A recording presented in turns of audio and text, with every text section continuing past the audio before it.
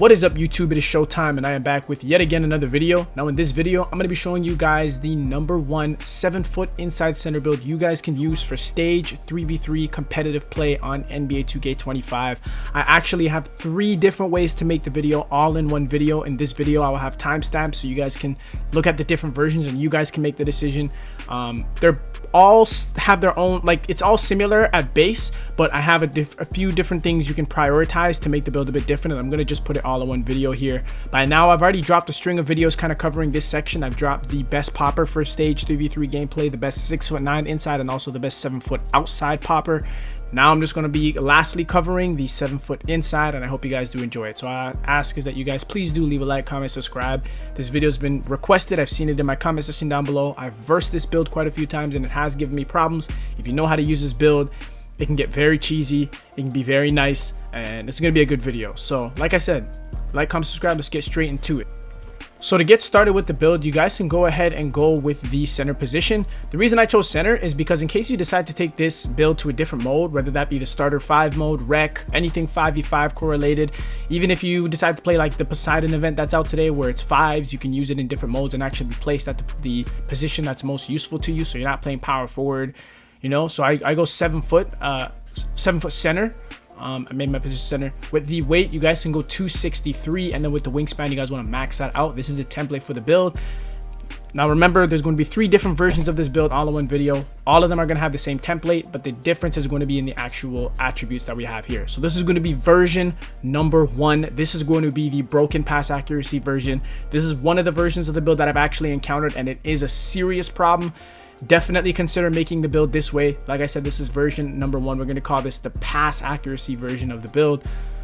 It's going to be really good. So go ahead for the standing dunk. You guys can go ahead and make it 90. Go ahead and go 90 standing dunk. If you do that, you guys will get all these standing contact dunk animations in the game. I don't prioritize driving dunk ever. Usually you get great driving dunk animations even at these lower tier driving dunk ratings like 60.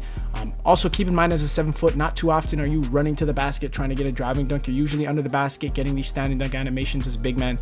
So that's why I would do it the way I'm doing it. And what's more important is that you have every contact dunk animation available at the 90 standing dunk rating. Now for the shooting, as I said, this is an inside build. If you guys wanted the popper version of this, I've already posted it. Maybe I'll leave a link in the comment section down below, or just look at my channel. It's there. It's called the best 7-foot popper for 3v3 comp, whatever that is. It's there. Now for the pass accuracy, this is what makes this version of the build so lethal. You're going to bring your pass accuracy all the way up to a 98, and you guys will have the 2 most important badges that you can have in the pass accuracy area for a big man, which is break starter and dimer. So why this build is so cheesy is that it capitalizes off second chance points. You're going to have dimer on legend so that when you throw those passes, anybody you throw the ball to is going to be able to green extremely easily. Keep in mind, this build will also have a 99 offensive rebound, so you're gonna literally capitalize on offensive rebounds. I've seen some people use this build standing in the corner and they have the guard and the lock play a ball, in case you're worried about defense, because you know it is 7-foot. There's many ways to use it, but this is where the real cheese is. Having the 98 pass accuracy version of the build is going to be insane how easily it is for you to move the ball and get your team second chance points. As you guys get offensive rebound, you wait till the lock or even the guard decks, hit them, instant green every time. Serious problem if you know what you're doing with this build. And we're going to move on for the the block. Sorry, we're going to go 84 for the block, and then with the interior defense, we're going to put this at 71.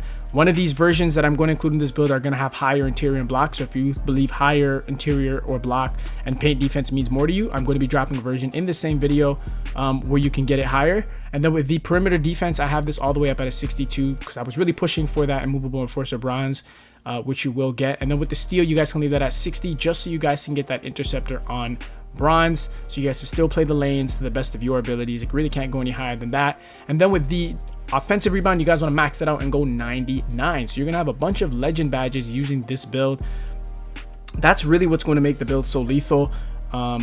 Having the higher offensive rebound, the amount of second chance points you will be able to get is insane. So that's why I have that so high. You're also gonna have a lot of legend badges. If you look here, you have legend break starter, legend dimer, and legend rebound chase, so you can get all those legend badges off rip. Incredible amount of legend badges. I brought my defensive rebound up by 1 to an 85, and then with the speed, you guys can go ahead and max it out to 66. Bring your agility max to 52. Go ahead and bring your vertical all the way up to a 74.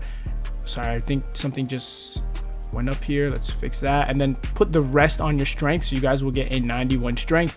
And here you guys have the build. If you get your cap breakers, which I recommend you do, what you want to do is put all 5 on your strength, because that's going to give you brick wall Hall of Fame, and then it'll also allow you to unlock box out beast on legend.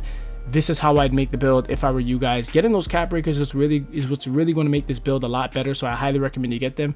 I'm pretty sure everybody at least have it or is at least close by now. We're already 2 months into 2K. There's been crazy amount of double rep rewards. Very easy to get rep and garner rep and get this starter 3. So this is version 1 of the build, the 98 pass accuracy version of the build that I have run into, and we're going to move on to the next version of this build. Stay tuned and let's move on. Now this is version number 2 of the build. As you guys can see here, the difference here is that you guys will have a 77 interior and a 93 block. This will give you paint patroller on gold. I know some people are crazy fanatics about having high paint defense, and if you are one of those people, I recommend you guys make it this way. We did have to give up having that higher pass accuracy in exchange for the better paint defense. So this is the paint defense version build of the build. I just gotta skip it and just get straight to it. You guys can screenshot it, slow it down, do what you guys gotta do to match these. We also still get a 94 pass accuracy so that you guys can have the bailout on gold. If you guys want and you don't want that extra and you don't care, you can put this down to 93. You need at least a 93. You can bring down this free throw rating as little as possible and then throw the points anywhere else. But this is pretty much the way I would make the build if I was someone trying to prioritize having that higher paint defense. I'm going to see if I can do something here actually with the build, see if I can make it a bit better. I would leave this at 99, see if the steal can come up. You can bring the steal up a little bit. You can even bring this defensive rebound down and bring the steal to 67 for glove on bronze. If that's something you guys want to do, I'll completely leave it up to you guys, but this is the other version of the build that I'm showing you guys so that you guys can have a higher paint defense. And now we're going to move on to thirdly, I don't even know if thirdly is a word, the third version of this build that you guys can make on NBA 2K25. Now lastly here, this is the high rebound version of the build. This is probably the one I would consider making too. The only thing that's different is having the really high defensive rebound on top of having the offensive rebound. So if you want to be a complete snagger, if the boards is what you're prioritizing, which is I see what most centers do, the boards are extremely important. Getting those second chance points or even just getting the defensive rebound, this is the way I would make the build. So you guys would have a 95 defensive and you guys would have a 99 offensive, 99 offensive and 99 defensive. Same way I would put my cap breakers on my strength if I were you guys. If you can push to have 99 offensive and defensive, that sounds a bit crazy.